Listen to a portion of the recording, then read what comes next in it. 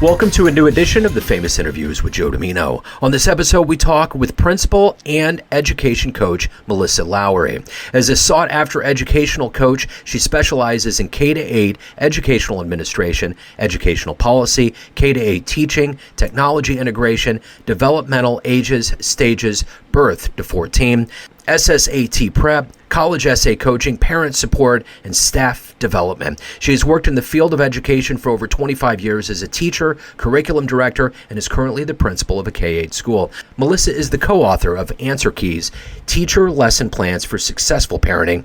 She resides in Atlanta, Georgia with her husband, 2 children, and 2 dogs. She's got a great story. Enjoy. Excellent, Melissa. It's great to meet you. Thank you for taking a minute out for the show today. I appreciate it. It's absolutely my pleasure. Thank you so much for having me. You bet. So where are you located?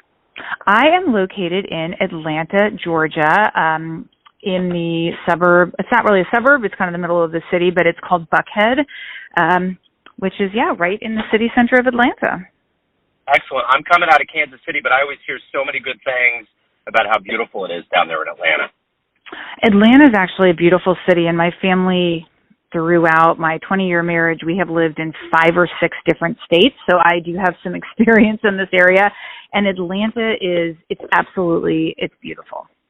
Before we get into your life and peel back kind of the layers here, I want to know, for the last 3.5 years, we lived through a pandemic, and I'm wondering, how did you get through that pandemic period, and how did it change you? Well, I will start with a joke, which is, didn't everyone get through it with alcohol? But that's not totally true. I would say that for me, there were a few different things. One was, I work obviously at a school, and I worked through the entire pandemic, and I ran our distance learning platform. And so I was actually on campus as one of the only people pretty much every single day. And coupled with that was also home visits. So delivering materials to students, making sure technology worked for them and things of that nature. So for me, it was a lot of purpose. I just had a very distinct and very focused purpose throughout the pandemic to support the families at our school. That was the first. The second was, my family, for whatever reason, I think some families struggled. My husband travels a ton for work, and this was the first time in a very long time that he was home consistently. And as a family, I have 2 teenage children. As a family, we actually became closer than being annoyed with one another. I don't know why that happened for us, but it ended up to be kind of a fun time for us and a time for my husband to sort of reconnect with our kids, which was really, really nice. You know, my day job is as an IT technician for a large school district up here in Kansas City. So I worked the whole time, and I saw firsthand. My wife's a 5th grade teacher, so I'm really interwoven into the educational fabric. And I'm curious, from your standpoint, there was such a level of regression since the kids were away from school for so long. When do you think that's going to go away? When do you think that the kids are going to gain a foothold that was lost during this time? So I think that seems like it's a pretty easy question to answer. I think it's multi-layered and complicated for a few different reasons. And I think the first is, while everyone was touched and affected by the pandemic, and there's no student who didn't have some sort of adversity that he or she had to face during that time, there were different levels, I think, of trauma. And the first was schools that went back. So I work in the Catholic school system in Atlanta, and outside of the mandated 2-month period, because we get out in May, so it was March and April, and then we would have gotten out in mid-May anyway. We went back to school in August. Our doors opened, and we never left again. And so my son, who was in 7th grade that August, so he was in 6th grade when we all went out, and he was in 7th grade, he had all of 7th grade and all of 8th grade live during the pandemic. He never missed a day of school. He never got COVID, and he was never quarantined. And so his learning loss in comparison to a student, let's say, in the public school system in Chicago, which was out for an extended period of time, I want to say it was 18 to 24 months, that learning loss is going to look very different for my son, who got to be in school for that entire time. Yes, it was masked and there were, protocols and things, but he was in school live with his teachers every day, whereas we had a lot of students who weren't. So that would be one of the differences. I think the second would be the students who are well served versus the students who are underserved. So every student at our school had access to technology. We didn't have anyone who couldn't get onto the internet on a consistent basis. If the technology broke, we would send somebody to go and to assist them. Whereas again, we would have underserved families who had spotty internet connection, or they didn't have a reliable device, or perhaps they had 4 or 5 children trying to use one device. Perhaps the parents had to go out and work during the pandemic and the children were left unsupervised. Whereas we had families I knew of families who hired teachers to come in and manage, the remote learning plans for their children. So I think that different populations were affected more adversely than others. And unfortunately, it's our underserved students who were probably the most adversely affected, and it'll take a longer period of time for that learning loss to be made up, if it can be made up, which is what's so hard. Some of this learning loss for some of these children, it's going to follow them for years. Whereas, again, my son, I don't see any learning loss now. He's now a sophomore in high school, and it's as if the pandemic never existed for him. And that's wonderful for me and for him, but it's unfortunate for other children who didn't have that in-person experience, who doesn't have a parent who's an educator, things of that nature. But I do think that even for our mainstream kids who didn't go to school for, let's say, 12 to 18 months, it's probably going to be 3 years, I would say easily. And that would be academics. I would say the social emotional, that toll is going to be longer. And it's going to be longer for our younger learners. I think the younger the learners were when they were in the pandemic, the harder time they're going to have, because they missed so many ages and stages developmentally that they would have had in school that they didn't have at home. Very well put. Yeah, that's a great answer. So let's get to the essence of what you do on a daily basis. I'm going to put you in front of a bunch of third graders. It's career day. And one of the kids asks you, what do you do for a living? How do you answer them? I would say I am everybody else's secretary. I make everybody else's lives at Christ the King work. That's my job. So my job is to serve the teachers so that they can serve you. And that's what I would tell the kids, because that is what I do. I'm sitting here right now working on a project to make sure that our teachers have a really consistent list of accommodations that they can implement in class for diverse learners. And so that's my job, to help, provide resources and a platform on which they can stand and build so that they can teach the kids, because they're the ones on the front lines every day, not me. I'm in an office. I can go to the bathroom whenever I want. Teachers can't. They have to wait for someone to come in and let them go. And so my job really is to make sure that they have what they need every single day to teach their students and to teach them well. So what did you want to be in the third grade? What was your dream to grow up and become? Oh, like so many, I either wanted to be like a marine biologist, or I wanted to be a famous pianist, like piano player. So, a performer or a marine biologist, neither of which I pursued.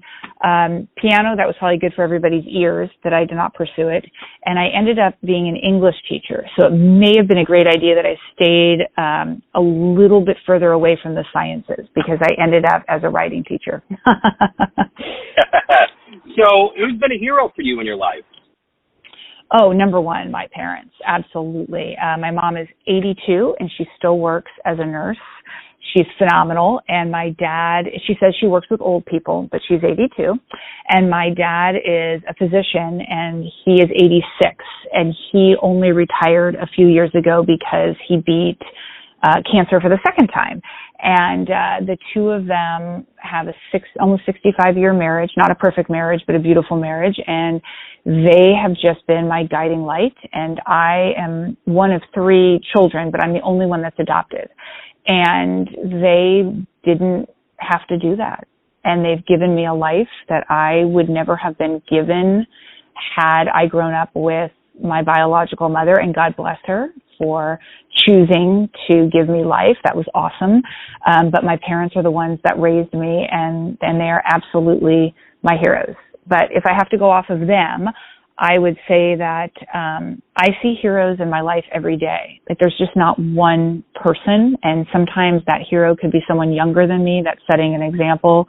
Sometimes it could be somebody my age who is, sticking up for what's right in the world, and then sometimes it's, someone who's older who has led other people through something.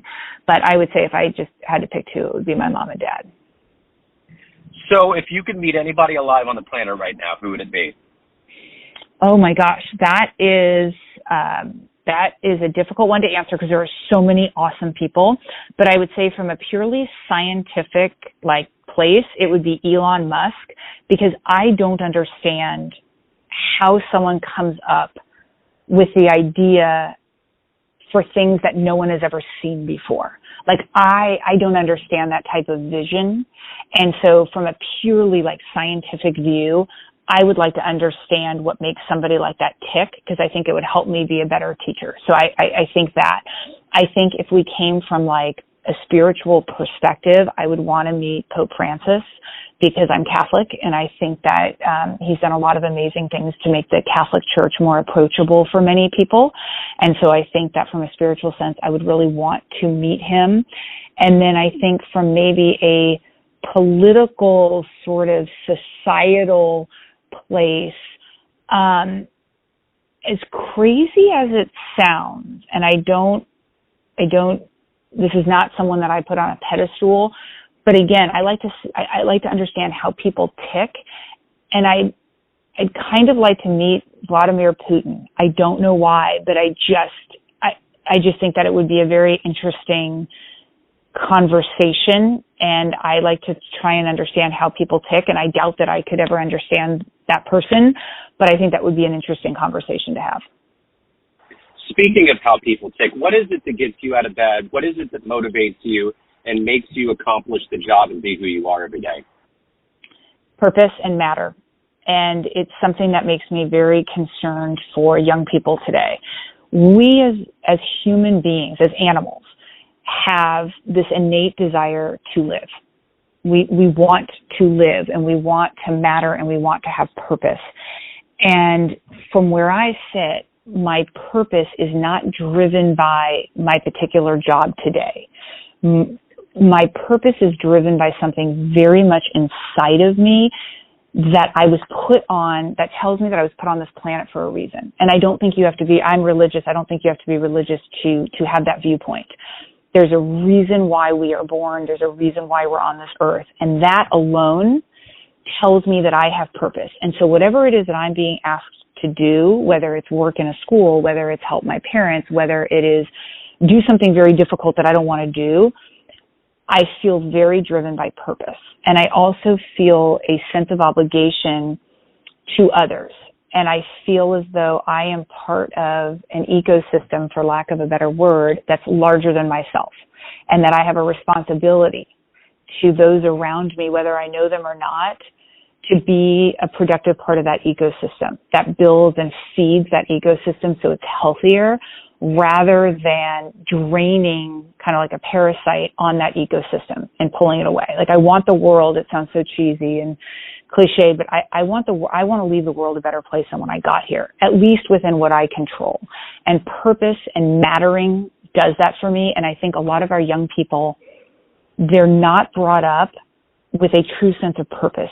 They're brought up feeling conditional love and feeling that they are only worthy if they're achieving something, if they're great at sports, if they're getting straight A's, if they're the prettiest or the thinnest or the best or the social media. They don't have purpose that comes from inside of them and that they control. And that concerns me a lot as an educator and even as a parent. I tell my kids all the time, you exist, and that alone makes you worthy. It makes you worthy of love. It makes you worthy of respect just because you exist on this earth. And you don't have to do anything to matter and to be deserving of love and all of those things, and to help them figure out that they have purpose, and then to take that idea of purpose, no matter what it is, and then to apply it to things. Because if our purpose, I believe, is dependent on something else, we'll never be fulfilled. Because I can't make anybody else happy. I truly can't. I can do whatever I want. Someone still might be unhappy. But if I know what my purpose is, and I know that I'm working really hard toward that purpose, it doesn't matter what someone's reaction is. It doesn't matter if I fail. It doesn't matter if I achieve. It can't be taken away from me that I matter and that I have purpose. And so that's why I get up in the morning, and that's why I do what I do. And I think it's important. I think it's important we all know that we matter. So what's the best advice you've ever gotten? God gave you 2 ears and 1 mouth. Listen twice as much as you talk. And I struggle with that every single day. I'm like, Melissa, 2 ears, 1 mouth. 2 ears, 1 mouth. And I have learned to listen. I'm not good at it. And I've had to work at listening to other people. And what that means is not preparing my answer before they've asked a question, not like coming up with a rebuttal or a defense before I've taken in what the person has to say to me. That is a skill. It is one that I was not born with. And I hone that like every single day. And I screw it up every single day. But I'm really working on it. And I really try very hard to just be present with people, like close my computer, turn over my phone, no notifications, look at somebody when they're talking to me and like really truly listen to them, as opposed to thinking more about like who I'm going to be in this conversation or what I'm going to say. It's how do I serve the person that I'm interacting with? How do I listen? And that's been the best advice I've ever gotten, hands down.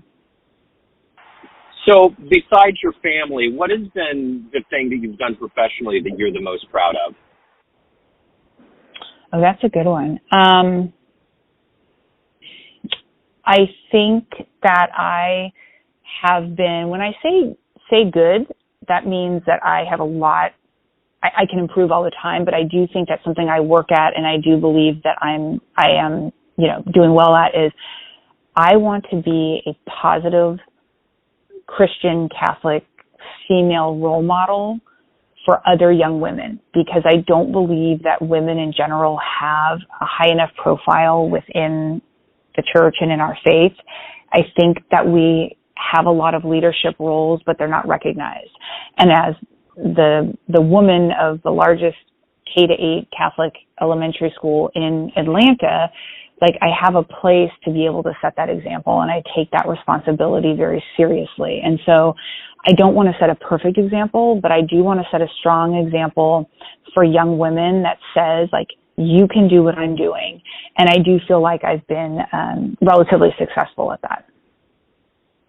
So let's say you have a dream tonight. You run into a 20-year-old version of you, and you could give that young version of you a piece of advice based on the wisdom you've gained up to this point. What advice would you give your younger self? 2 things. One is stop listening to everybody else and focus on your own goals and your own drive. I think that we are very easily influenced by our peers, especially when we're younger. There's this need for acceptance. And those of us that are adopted, that is even greater. There's a real need to be accepted. And so I think that I would tell myself to just relax. You're enough, and just not to listen to the noise as much.